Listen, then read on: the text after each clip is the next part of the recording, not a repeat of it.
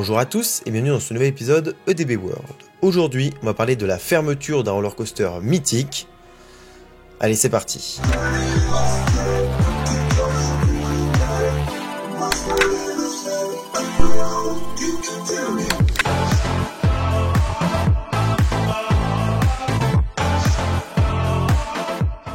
Avant de commencer, je vous invite à vous abonner à cette chaîne YouTube ainsi qu'à me suivre sur mon compte Instagram. On va parler d'un sujet qui a fait couler beaucoup d'encre dans le monde des passionnés, que ce soit en Europe, aux États-Unis, en Asie, bref un petit peu partout, parce qu'on va vraiment parler d'une attraction iconique, quelque chose qui a marqué son époque, un petit peu à l'instar d'un Concorde dans le monde de l'aviation. Là on avait notre King Daka. Bref, vous allez voir, je vais mettre un petit peu de contexte pour ceux qui n'ont pas toutes les infos. Aussi, sachez que ça en a parlé partout, donc il y a eu plein d'articles, il y a eu plein de communication, etc. Parmi toutes ces choses, il y a eu une vidéo de la part de mon ami First Drop, donc je vous la recommande également, surtout que lui, il a fait l'attraction, chose qui n'est pas mon cas, donc du coup, ça peut être vachement intéressant d'avoir sa vidéo, donc je vous la recommande en fichier en description, c'est la base.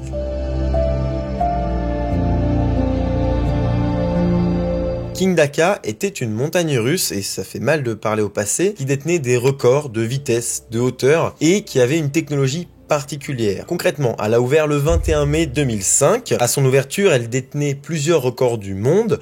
La montagne russe la plus rapide, 206 km/h, et la montagne russe la plus haute, 139 mètres, ce qui est colossal, d'accord? C'est presque 4 fois Toutatis. Et Toutatis, c'est le record de France. Donc c'est vous dire à quel point c'est énorme, et ça a ouvert en 2005. Voilà. Donc, bon, comment vous dire qu'il y avait un petit temps d'avance tout de même. Elle arrive juste après une montagne russe qui a une histoire très particulière. D'ailleurs, j'en ai parlé il y a pas très longtemps, en début d'année. Donc, je vous mets une vidéo en fichier en description où on parle en fait de tout ce qui s'est passé jusqu'à un accident qui va un petit peu tout changer. King Daka arrive quelques années après et surtout, elle arrive avec des caractéristiques plus folles encore. Essayer de repousser un petit peu les records, mais surtout concurrencer directement un autre groupe. En effet, il y avait une certaine concurrence entre deux groupes. Un qui se nomme Cedar Fair, donc qui avait ouvert Top Thrill Dragster, et ensuite le groupe Six Flags qui a ouvert King Daka. Clairement, c'était le concours de qui aura la plus grosse. Et à ce petit jeu, ceux qui ont gagné, c'est Six Flags avec donc King Daka qui atteignait les 206 km/h à l'aide d'un câble relié à un moteur hydraulique, d'où le nom launch hydraulique, système de propulsion hydraulique. Et en fait, ce moteur hydraulique va donc faire tourner très rapidement un treuil qui relie donc un câble qui est relié au train grâce à un petit système sur lequel le train va se mettre. Et en fait, ça va propulser très rapidement le coaster. Très rapidement. On parle de 206 km/h en moins de 5 secondes. C'est juste monstrueux en termes d'accélération. Donc le train va taper une grande ligne droite comme ça, va monter à la verticale, passer sur le top hat, donc là on est tranquille, on a 139 mètres, tout va bien. On chute à la verticale aussi et on arrive sur une bosse finale qui va nous servir à freiner et qui procure un petit soulèvement, un petit airtime. Bref, cette montagne russe mythique a marqué son époque, était carrément en avance sur son temps, ouverture en 2005. Encore une fois, c'est juste beaucoup trop tôt. C'est techniquement parlant une montagne russe très complexe. Concrètement, le système hydraulique est un système qu'on sait peu fiable parce que très compliqué à mettre en marche, parce que très mécanique.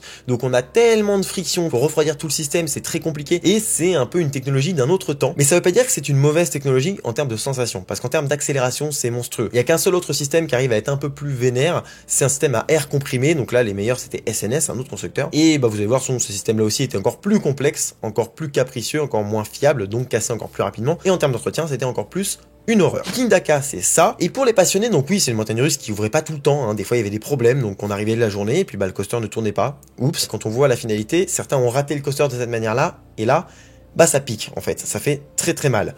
Le tour complet de l'attraction durait 28 secondes. Et je vous dis, en 28 secondes, on atteint les 206 km/h, on atteint les 139 mètres de haut et on atteint les 0 ensuite. Forcément, ça a une aura un peu particulière pour les fans de parc. Personnellement, moi, j'ai fait que Red Force dans le style, mais on est propulsé par un système magnétique, donc c'est très cool, mais c'est pas du tout aussi puissant. Quand on voit déjà Red Force, qui est vraiment bien, moi, c'est une montagne russe que j'adore. Quand on l'a pas fait, on peut pas s'en rendre compte. Et encore, je n'ai fait que Red Force, ce qui n'est rien à côté d'un King Daka. King Daka, c'est pas n'importe quelle montagne russe, c'est une montagne russe très importante. Alors, au fil des années, et même à l'ouverture, en fait, cette montagne russe s'est installée comme la plus iconique de toutes. C'était pas forcément la meilleure. Il y a des montagnes russes plus intéressantes en termes de sensations, par rapport à leur parcours, par rapport aux éléments qu'une montagne russe peut offrir. Mais là, on avait juste un condensé d'énergie. C'est juste complètement débile de mettre autant d'énergie dans un départ pour freiner même pas 30 secondes plus tard l'attraction. C'est juste bête, mais c'est ça qui est ouf en fait. C'est ça qui est bien avec les montagnes russes, c'est que ça n'a pas de sens. Une montagne russe, ça n'a pas de sens. Ça nous emmène pas d'un point A à un point B, ça nous emmène d'un point A à un point A, mais juste pour nous faire kiffer durant le parcours, pour nous faire vaincre nos peurs, pour nous faire voilà. Et là, c'était un petit peu l'exemple même de ça, c'est de la démesure, c'est n'importe quoi, ça fait énormément de sensations et quand on a peur, si on arrive à faire ça, on est en mode mais j'ai fait un truc de fou. Donc c'est l'exemple parfait de la montagne russe, du génie des gens qui ont créé cette machine, donc Intamin, parce que voilà, ils ont vraiment créé une machine incroyable. Kingdaka s'est imposé comme une icône, et personnellement, quand je suis devenu fan, c'est une machine que j'ai beaucoup observé à travers les réseaux, etc. Personnellement, j'ai commencé à être passionné peut-être aux alentours des années 2008-2009, donc c'est dans ces eaux-là que j'ai découvert Kingdaka. Il avait que 4 ans le coaster. Et pour moi, c'était déjà un mythe qui était implanté dans le milieu. Mes premiers pseudos sur certains forums, c'était Kingdaka, et encore aujourd'hui, sur certains sites ou quoi, j'ai encore le pseudo Kingdaka, ou c'est encore quelque chose, là, sur des adresses mail, des choses comme ça, il y a encore Kingdaka, parce que juste, il y a une montagne russe incroyable, point. Il n'y a pas à chercher.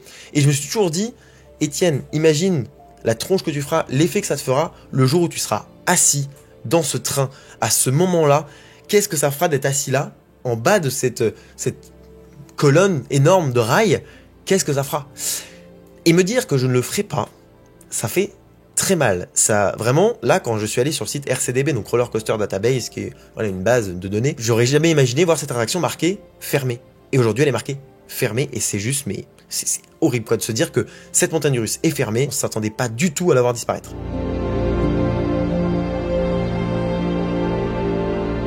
On va donc parler de la fermeture de Kingdaka. Alors je vous rassure, un jour je traiterai de l'histoire complète de Kingdaka. Pour la fermeture, on a eu le droit donc à un manque de respect considérable de la part du parc, donc de Six Flags, qui a tout simplement décidé de ne pas prévenir les visiteurs. On se doutait que cette montagne russe allait pas durer 60 ans, mais elle avait même pas 20 ans, on se disait bon, elle va quand même tenir quelques années en plus, surtout qu'on est sur une machine tellement iconique que sa fermeture serait forcément prévenue des années en avance, on l'aurait vu venir. Là en fait, Six Flags a décidé de ne pas en parler, a décidé de ne rien dire, et heureusement en fait, on a donc El Toro Ryan et Coaster Studio, deux donc groupes de créateurs américains sur le monde des parcs, qui ont décidé de ne pas se taire et de dire que l'attraction allait fermer. Et heureusement, parce qu'en fait, sinon plein de gens n'auraient pas pu faire un dernier tour, voire de de cette attraction-là, de base. Moi, j'avoue que j'ai pas eu le temps, parce que c'est compliqué, en très peu de temps de s'organiser. J'y ai pensé, mais je l'ai pas fait. Mais j'aurais été prévenu un an avant, j'aurais pu clairement m'organiser, et je me serais organisé pour y aller. J'aurais jamais laissé cette montagne russe partir sans la faire. Parce que vraiment, je me suis imaginé des centaines de fois dedans. Vraiment, je me disais, mais un jour, je serai dedans. C'était mon but ultime, c'était un peu le goal de me dire, voilà,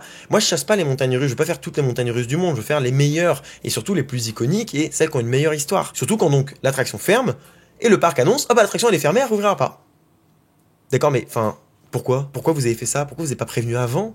Pourquoi vous n'avez pas organisé un événement? Les gens auraient kiffé faire ça, le constructeur serait venu, aurait communiqué dessus, ils auraient tous communiqué dessus. Pourquoi ils n'ont pas fait ça? Ils ferment Kingdaka, donc ce qui est logique, c'est le sujet de la vidéo. Ils ferment également Zumanjo Drop of Doom, qui est donc une tour de chute installée sur Kingdaka. Ils ferment également Green Lantern, une montagne russe du constructeur Bolliger & Mabillard en position debout, qui n'est pas une petite montagne russe. On se concentre sur Kingdaka en disant Kingdaka ferme, mais c'est pas une petite montagne russe à côté qui ferme, c'est un énorme morceau, et en plus une attraction rare parce que c'est une attraction en position debout, et il n'en existe plus beaucoup aujourd'hui. Donc pareil, ils ferment ça en mode ça ferme. T'es en mode bon d'accord. Ils ferment plusieurs attractions, mais faut vous dire quand même, fermer 4 attractions, dont 3 très sensationnelles. Parmi elles, la montagne russe qui détient le record de hauteur et l'un des records de vitesse, c'est juste pas banal quoi. Faut être complètement jeté pour faire ça.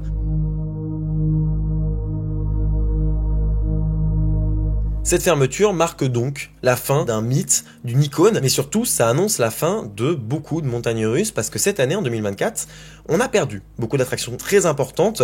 Et donc là, pour finir, Kingdaka, c'était histoire de nous foutre un grand coup dans la tronche et nous assommer définitivement, mais c'était pas la seule cette année. Il y avait donc Dodonpa, j'en ai parlé dans une vidéo en fiche en description, qui brisait les os de ses visiteurs. N'importe quoi. Cette attraction, elle a fermé il y a quelques années et elle attendait sagement dans le parc une décision. Évidemment, la décision, ça a été non, on l'abat, donc la montagne russe s'est fait exploser de la tronche. Dodonpa, c'était la montagne russe avec la propulsion la plus vénère du monde. Bon voilà, déjà, fermeture, rideau. Ensuite, on a eu la réouverture, l'ouverture de Top Thrill 2, donc la succession de Top Thrill Dragster. Donc on gardait la base et on modifiait un petit peu. Sauf que ces ampères-là qu'il a modifié, un constructeur italien très mauvais, on va dire les termes, qui s'est lancé dans un défi impossible à atteindre parce qu'ils n'ont pas les capacités pour le faire, ils n'ont pas l'ingénierie pour le faire, et donc forcément l'attraction elle a ouvert 2 semaines, puis elle a fermé, puis tout était pété dessus, et tout était mort. Attraction, rideau, au revoir, merci monsieur dame. Il n'y a rien qui tourne, donc en fait on a perdu encore une attraction iconique. Alors celle-ci avait fermé un peu comme Dodonpa, suite à un accident pour le coup bien réel sur Top Thrill Dragster. Sur Dodonpa, on n'a pas trop le fin mot de l'histoire, donc on n'est pas sûr que les gens se sont pété les cervicales dans l'attraction, ou si c'est pas de leur faute, enfin bref, c'était un petit peu compliqué, allez voir la vidéo pour en savoir davantage. Top Thrill Dragster, il n'y avait pas de doute, hein, c'était un accident entraîné à fermeture. Donc on n'a pas pu lui dire au revoir, c'est logique, mais derrière on perd une attraction intéressante, car Top Thrill 2 n'ouvre pas parce que Zamperla a fait n'importe quoi. Donc déjà bon, c'est un petit peu compliqué, mais on dit, ok, on a encore King Dakar, on a encore d'autres choses. Non, on a également Formula Rossa, la montagne russe la plus rapide du monde, qui atteint 240 km/h, qui est fermée depuis janvier et qui visiblement ne rouvrira pas, en tout cas pas sous sa forme actuelle. Donc on perd également la montagne russe la plus rapide du monde, super. Continuons là-dedans, on arrive donc à la fin de cette année, enfin maintenant là, aujourd'hui, avec la fermeture annoncée hier officiellement, mais dont on avait un petit peu parlé sur les réseaux quelques jours avant, de King Dakar, la montagne russe la plus haute et l'une des plus rapides au monde. Voilà. Donc comment vous dire que quand on regarde ça, on se dit ok, c'est quoi le point commun entre toutes ces attractions? Bah c'est qu'elles avaient tout un launch hydraulique ou à air comprimé pour Dodo non pas, et c'était toutes des montagnes russes très extrêmes dans leurs caractéristiques, dans leurs techniques, donc très cher à entretenir, très compliqué à faire tourner de manière fiable. 2024 c'est la pire année, mais clairement la pire année en termes de montagnes russes, de fermeture de montagnes russes iconiques. Moi je m'attendais à ça.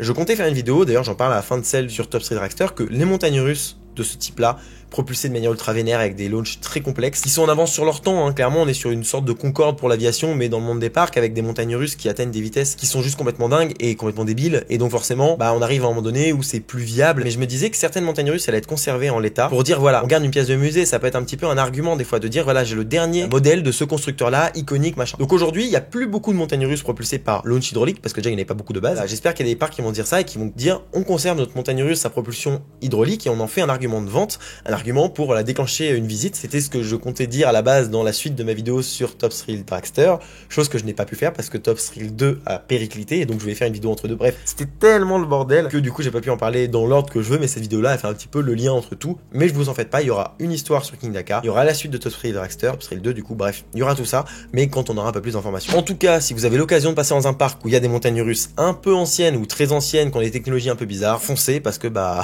ça va peut-être pas durer. Et je suis très content d'ailleurs sur un autre registre d'avoir pu faire la montagne russe qui s'appelait Bob à Efteling et qui était iconique, un peu particulière. On voit que le dernier modèle a fermé bah là de manière pareille, de manière ah bah tiens on a fermé ça, point. Ah d'accord.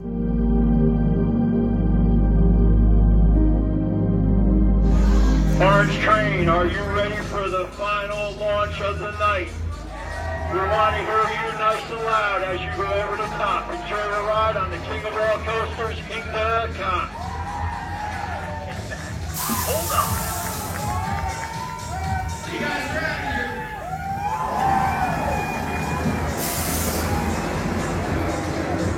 Une fois qu'on a su que King Dakar allait fermer, les passionnés, notamment américains, ont cherché à comprendre qu'est-ce qui se passait. Donc le parc a fait une communication, mais ils ont dit ok, est-ce que le coaster va pouvoir être refait? Imaginons enlever le système à propulsion qui fait chier, on met une propulsion magnétique comme Intamin, le constructeur originel, sait faire, hein, pas comme Zamperla ne sait pas faire. On propulse de manière magnétique et on fait quelque chose de peut-être un poil moins vénère au démarrage et encore, mais tout aussi iconique, une V2 de King Dakar, Six Flags qui a donc fusionné avec le groupe Cedar Fair, leur groupe concurrent qui avait à l'époque donc Top Thrill Dragster. Bref, ils ont fusionné et ils ont dit ils investissent là 1 milliard d'euros, ce qui est colossal, dans tous les parcs. Donc ils vont investir dans plein de parcs, ils ont annoncé plein de trucs, notamment donc dans le parc où il y a King Dakar et à la place de King Dakar, ils ont annoncé une montagne russe propulsée aux multiples records. Pas forcément multiples records du monde, il n'y a pas précisé, et donc forcément bah, j'ai un petit peu peur parce qu'on sait pas trop c'est quoi les records, et puis surtout ça veut dire quoi? Ça veut dire qu'ils vont nous mettre genre un Toutatis à la place de King Dakar. J'adore Toutatis, hein. Non, tu ne remplaces pas un King Dakar par une montagne russe type Toutatis ou autre. Si tu remplaces un King Dakar, t'as intérêt à remplacer par un truc vénère. Peut-être, on sait pas, peut-être qu'ils vont nous faire quelque chose de complètement dingue, et c'est là ce que j'aimerais le plus en fait. Je n'y crois pas, mais ça peut être une possibilité de dire voilà, on fait un King Dakar V2 mais on refait tout de A à Z. Maintenant, on peut se dire ok, donc si l'attraction disparaît, qu'est-ce qu'ils vont faire? Parce que c'est bien de mettre une nouvelle attraction, on sait pas ce qu'il y aura, donc déjà voilà. Est-ce qu'ils vont la vendre? Est-ce qu'un parc veut racheter ça? Ce qui m'étonnerait parce qu'ils ont donc une quarantaine de parcs dans leur groupe, ils auraient sûrement revendu ça à un autre parc et puis même si c'était encore viable, ils l'auraient fait fonctionner encore. Peut-être que Zamperla l'a racheté pour le modifier et qu'il ne fonctionne pas, on sait pas, surprise. Je me dis, j'espère que le coaster est à vendre. Honnêtement, il y a aucune chance qu'il soit à vendre. Vraiment, je pense que c'est genre de l'ordre de 2% de chance qu'il soit à vendre parce que déplacer une montagne russe comme ça, aller sur place, la démonter, la déplacer et la remonter et la faire fonctionner correctement, il y en a pour peut-être 15-20 millions, je pense. À la louche, hein, je suis pas expert là-dedans. Encore faut-il que Six Flags le mette en vente. Je n'y crois absolument pas. Donc, la dernière option et la plus probable, c'est la démolition pure et simple de l'attraction. Donc là, ça va être déchirant. S'ils l'abattent, si genre boum, le truc il tombe, les images les gars, les images traumatisantes du truc, Ça va être l'enfer sur Terre de voir ça. Mais c'est l'option la plus probable, et c'est ce qui risque le plus d'arriver, c'est ça, donc c'est complètement déchirant. En tout cas, bah ça fout un coup. Voilà, c'est tout ce que j'ai à dire, ça fout un vrai coup quand on est passionné, c'est la fin d'une icône, la fin d'une étape, d'une ère des parcs d'attractions. Oui, on va me dire, il y a Falcon's Flight qui va ouvrir normalement dans 1 an ou 2, j'en sais rien. Une montagne russe du constructeur Intamin également, et que pour réussir à ouvrir une montagne russe aussi vénère, qui là fera quasiment 200 mètres de haut, et qui atteindra les 250 km/h je crois. Sauf que bah on est sur une propulsion magnétique, on n'est pas sur un launch hydraulique, on n'est pas sur une technologie similaire, bref, ça a l'air quand même incroyable, hein, qu'on soit d'accord là-dessus, mais bon, c'est pas la même chose. Mais évidemment, c'est aussi quelque chose qu'on peut se dire en se rassurant, c'est que bah oui, une attraction ferme, mais une autre va ouvrir avec plus de caractéristiques complètement folles. Moi, ce qui me fait vraiment mal, c'est de me dire que je ferai pas cette icône là, et que les montagnes russes à launch hydraulique disparaissent, et que c'est vraiment des launches et des sensations vraiment particulière. Donc voilà, j'aurais kiffé pouvoir faire King Daka, je suis hyper triste et j'en veux énormément à Six Flags de ça. Ils auraient fait une saison de fou, parce qu'il y aurait eu je pense des milliers de personnes qui seraient venues exprès pour faire King Daka une dernière fois. Soit en l'ayant déjà fait avant, soit bah comme moi l'ayant jamais fait et se disent bah ok j'y vais. Je sais pas pourquoi ils ont pas fait ça, je ne sais pas pourquoi, et c'est vraiment dommage. En tout cas, dites-moi en commentaire ce que vous en pensez, ce que ça vous évoque, ce que cette attraction vous a évoqué, si vous êtes passionné depuis des années ou si vous êtes passionné depuis 2 mois. Voilà ce que vous pensez de tout ça, si vous pensez que la montagne russe qui va lui succéder, elle sera à la hauteur, si King Daka sera revendu. Bref, dites-moi tout ça, c'est une vidéo un peu simple, voilà, posée, tranquille, faites un petit peu sur le pouce parce que je voulais parler de cette fermeture, il était impensable de ne pas parler de ça. C'était impossible parce que voilà, je me devais de relater ces histoires-là pour ceux qui ne le savent pas, pour ceux qui n'ont pas trop connaissance de ce milieu-là et pour ceux qui au contraire sont comme moi ultra passionnés depuis longtemps, qui ont toute connaissance de ça mais qui voulaient en parler.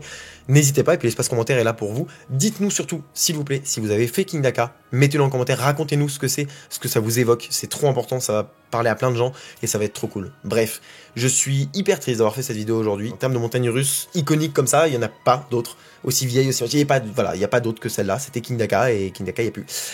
Et King Daka, c'était King Daka. Qu'on l'ait fait ou non, c'était absolument incroyable comme attraction. Et même si je l'ai jamais fait, je suis ultra content qu'elle existait et de me dire que des gens ont pu la faire, que Intamin a créé ça, que Six Flags a eu le culot de la créer, de l'entretenir pendant 20 ans quand même, merci à eux pour ça.